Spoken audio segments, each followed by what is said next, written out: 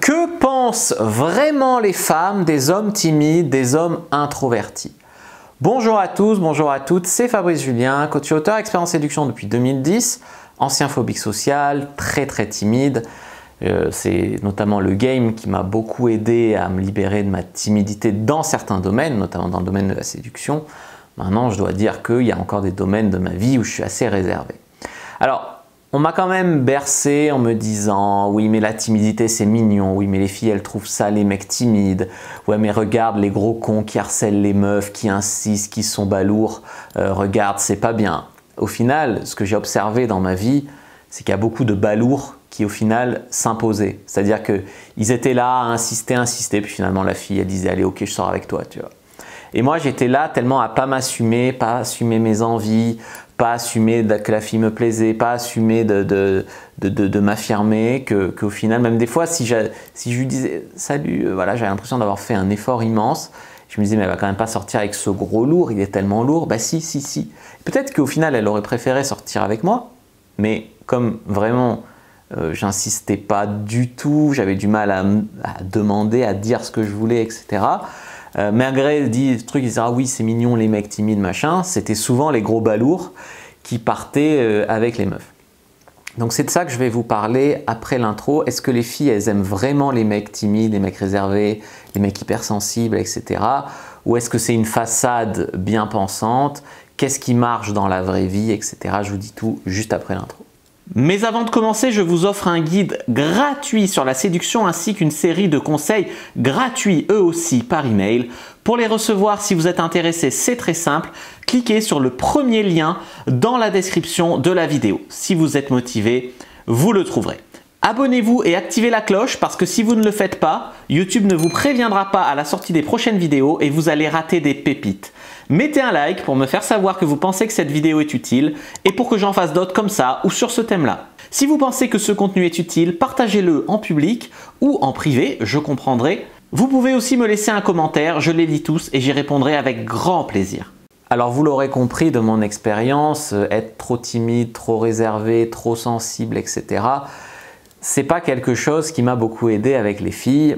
C'est pas que je plaisais pas aux filles, notamment quand j'étais plus jeune, mais tellement je tentais rien, il se passait rien. Et du coup, les mecs qui réfléchissaient moins, etc., ils tentaient plus et il se passait plus. Et les nanas, au lieu de se dire « ce mec, il se décide pas, je vais insister, il me plaît, mais il faut vraiment qu'il se décide, allez, je l'attends », elles ne m'attendaient pas.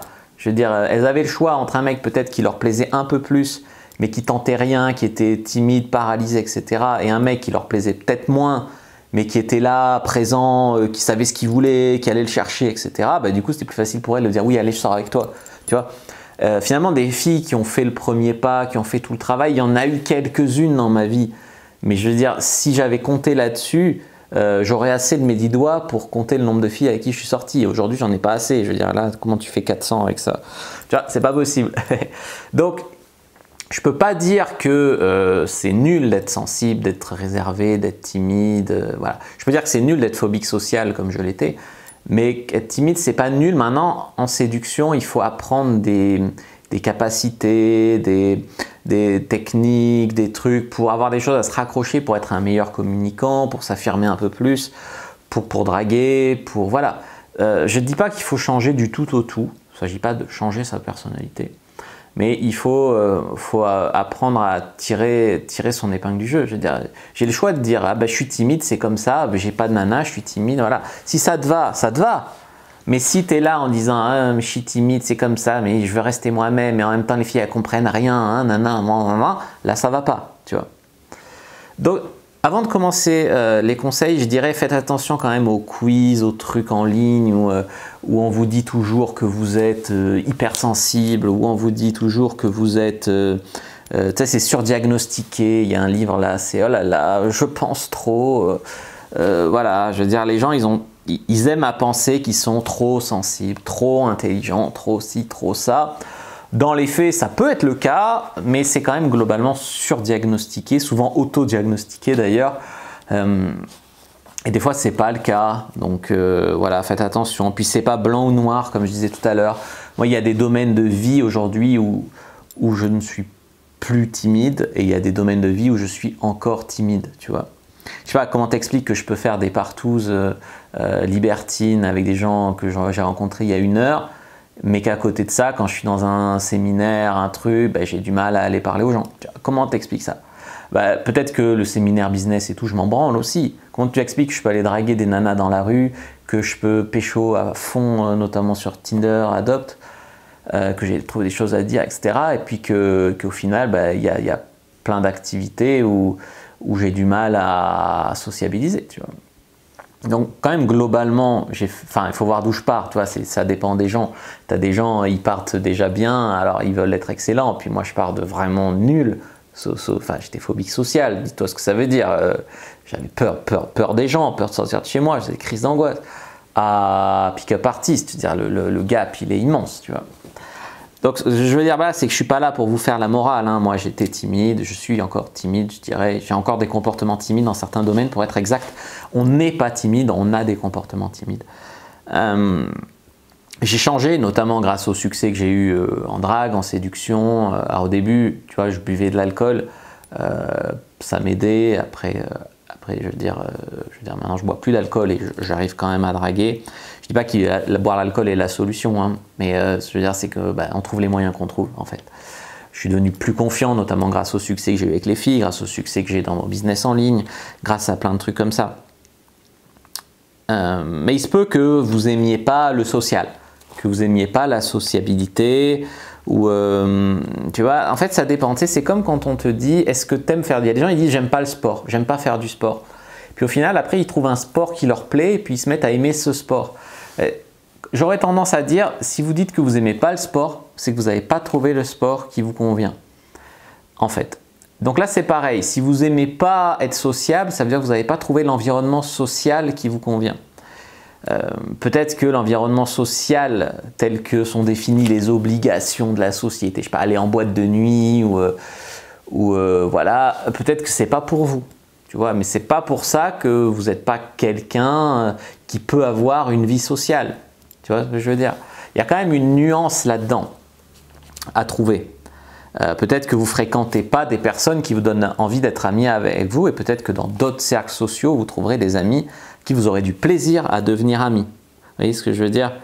Peut-être qu'aujourd'hui vous dites j'aime pas draguer, mais peut-être que soit vous draguez dans les mauvais environnements, donc des types de filles qui ne vous conviennent pas, soit vous savez tellement pas draguer, vous draguez tellement mal que finalement bah, c'est un enfer alors que ça devrait quand même être un plaisir de draguer. Moi je vous le dis, l'expérience peut être plaisante, peut être positive et peut même rendre accro. Tu vois, tu peux devenir accro à la drague, accro à la baise, accro à tout ça. Alors, moi je vous conseille de réfléchir à quelles sont les vraies limites de votre personnalité. Souvent elles sont bien plus loin que ce que vous croyez. Tu vois, il y a des gens qui se croyaient incapables de parler à une inconnue, il y a des gens qui se croyaient incapables d'aller en club libertin, il y a des gens qui se croyaient, voilà, qui l'ont fait et qui ont pris du plaisir et qui ont hâte d'y retourner, tu vois. Donc ça dépend. Après on peut toujours se trouver des excuses. Oui, mais moi je suis timide, tu comprends, c'est pour ça. Puis les femmes sont connes, elles s'intéressent pas, elles voient pas au-delà de ma timidité. Ok, c'est un fait peut-être, c'est un truc que je m'étais raconté, mais au final, c'est aussi à toi, je veux dire, de prendre ta place. Tu vois, s'il y a une part de gâteau sur la table, soit il y a quelqu'un qui va dire « Ah, tu la veux, tiens, prends-la, je te la donne », soit il y a quelqu'un qui va arriver et qui va dire « Oh, il reste une part de gâteau, il la prend, et voilà ». Et peut-être que la personne, elle pense même pas à mal, tu vois. Donc ce que je veux dire ici, c'est que soit tu subis, soit tu travailles sur toi pour arriver à prendre au moins ta part du gâteau. Moi, personnellement, j'ai pris plus que ma part. Mais voilà, déjà avoir ça. On n'est pas tous obligés de devenir un pick-up artiste. Mais déjà, si chacun pouvait avoir sa part du gâteau, le monde tournerait plus rond, tu vois ce que je veux dire. Alors, est-ce que vous rencontrez des femmes? Les gens vont dire, ouais, mais draguer, c'est faire de la drague de rue. Non, ça c'est un raccourci. Ça peut te faire du bien, je ne vais pas te mentir, moi ça m'a fait beaucoup de bien. Mais rencontrer des femmes, ça peut aussi se faire en ligne, via les applis de rencontre, via les sites de rencontre. Et les gens ils disent, ça ne marche pas les sites de rencontre. Je leur dis, t'es où? Je suis sur Mythique et Bumble. Bah, enfin voilà, je veux dire. Puis tu vois leur profil, pas de description, 2 photos bizarres. Non, ça va pas. Tu vois, si ça marche les sites de rencontre, il ne faut pas faire n'importe quoi non plus. Ils prennent l'excuse, ça marche pas, ils ont essayé n'importe comment, ils disent ça marche pas. Laisse-moi les meufs alors. Tu vois. peut-être que vous vous protégez trop, du coup, vous assumez pas vos intentions, vos envies, vos besoins, etc. Vous assumez pas parce que vous avez l'impression que si vous assumez, bah, vous allez peut-être être rejeté ou même des fois le succès fait peur parce que si tu assumes, tu peux avoir du succès. Puis une fois que la fille t'a donné son numéro, bah, il faut la baiser. Et peut-être tu as peur de baiser, tu vois, tu sais pas encore bien baiser. Tu vois. Donc des fois, il y a des gens, ils sont stoppés non pas par la peur du rejet, de l'échec, etc. Même si c'est ce qui stoppe la plupart des gens.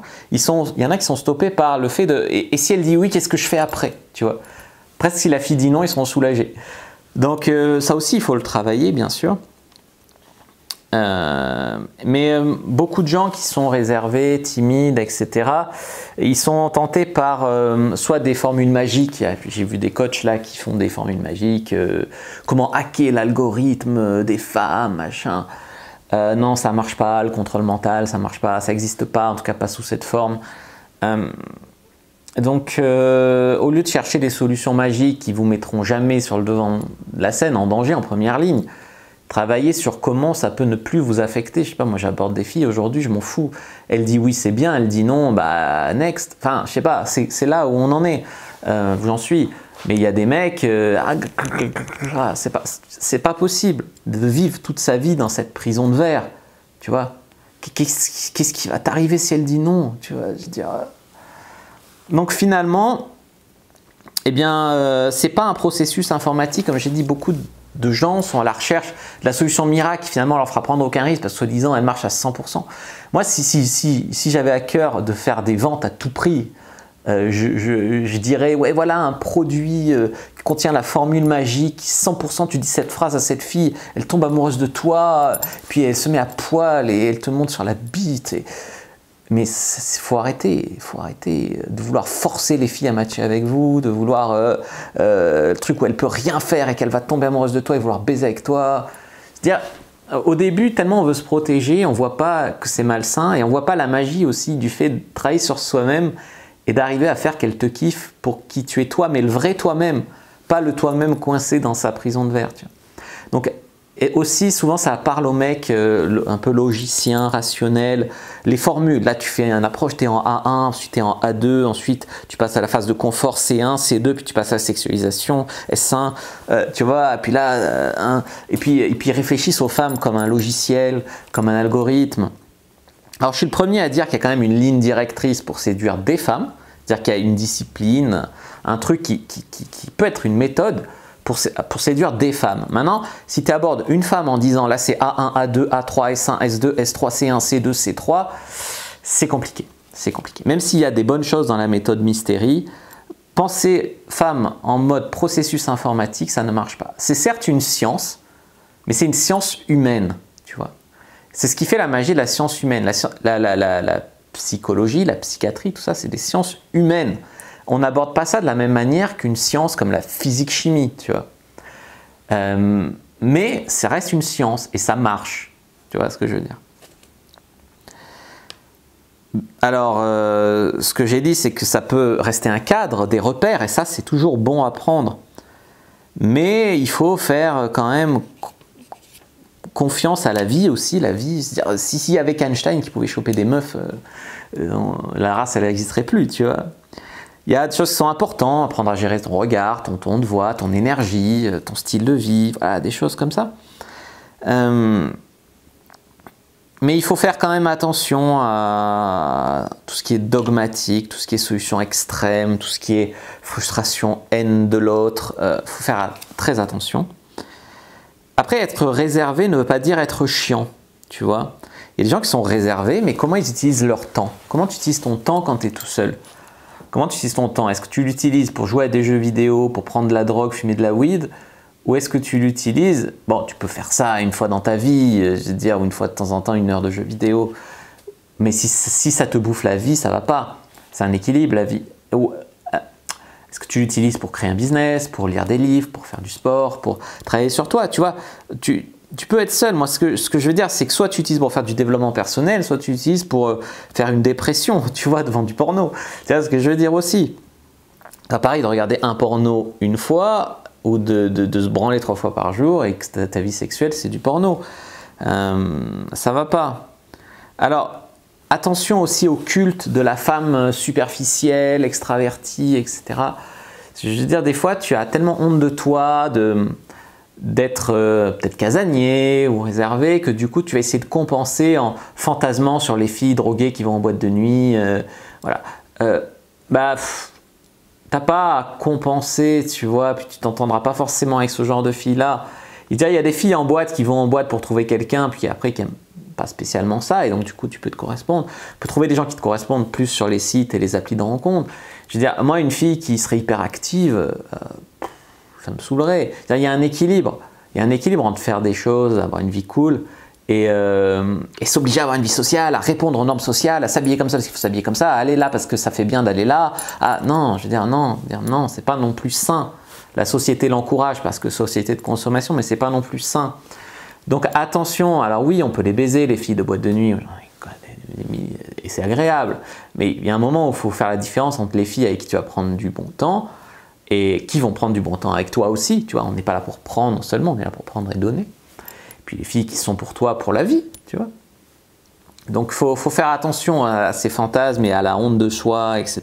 C'est pour ça qu'il faut arriver à travailler sur soi, c'est un équilibre subtil. Tu travailles sur toi pour t'améliorer, mais en même temps, tu t'acceptes et tu t'aimes pour qui tu es en profondeur et tu ne veux pas non plus te changer du tout au tout.